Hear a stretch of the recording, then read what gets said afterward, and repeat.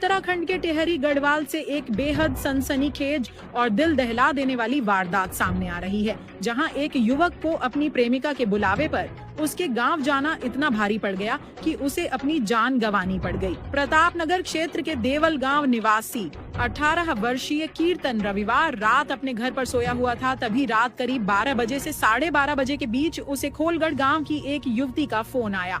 Phone आने के बाद कीर्तन अपने दोस्त दिवाकर के साथ युवती से मिलने खोलगढ़ गांव पहुंच गया, लेकिन वहां जो हुआ उसने पूरे इलाके को झकझोर कर रख दिया। आरोप है कि युवती के पिता, दादा और अन्य परिजनों ने दोनों युवकों को पकड़ लिया और लाठी डंडों से बेरहमी से हमला कर दिया। हमले में कीर्तन गंभीर रूप से घायल हो गया, जबकि उसका दोस्त दिवाकर भी बुरी तरह जख्मी हो गया। बताया जा रहा है कि दोनों युवक पूरी रात लहूलुहान हालत में मौके पर ही पड़े रहे। सुबह स्थानीय ग्रामीणों की सूचना पर परिजन वहां पहुंचे और कीर्तन को सामुदायिक स्वास्थ्य केंद्र चौंड ले गए, जहां डॉक्टरों ने उसे मृत घोषित कर दिया। वहीं गंभीर रूप से घायल दिवाकर को प्राथमिक उपचार के बाद जिला अस्पताल बौराड़ी में भर्ती कराया गया, जहां उसका उपचार जारी है। मृतक के परिजनों का आरोप है कि सुबह युवती के ही फोन से उन्हें कॉल कर बताया गया कि उनका बेटा वहां पड़ा हुआ है।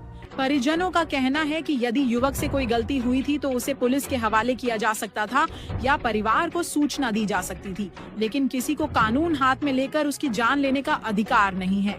इस दर्दनाक घटना के बाद पूरे क्षेत्र में भारी आक्रोश फैल गया है। परिवार और ग्रामीणों ने चेतावनी दी है कि यदि कीर्तन को न्याय नहीं मिला तो वे आंदोलन और धरना देने को मजबूर होंगे।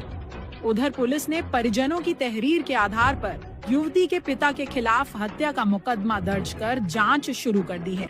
अपर पुलिस अधीक्षक दीपक सिंह का कहना है कि प्रथम दृष्टया मामला हत्या का प्रतीत होता है और सभी पहलुओं की गहन जांच की जा रही है। नहीं है भाई जी, ये लड़का मुझे सुबह बता रहा था। सुबह जब वो रात को हमने उसको कमरे में से सुलवा दिया था। वो अलग कमरे में था, हम अलग कमरे में था। तुम्हारे हाँ।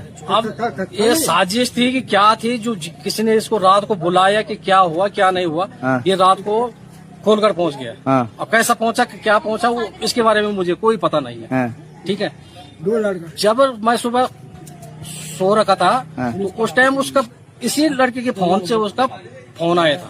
फोन तो घर से ना, इस लड़के का फोन से उसने फोन किया कि मैं यशवीर बोल रहा हूँ खोलगढ़ से। अच्छा। हमारा लड़का कहाँ है? तब मैं खड़ा उठा, देखा मैंने कमरे में उसने कुंडी लगा रखी थी।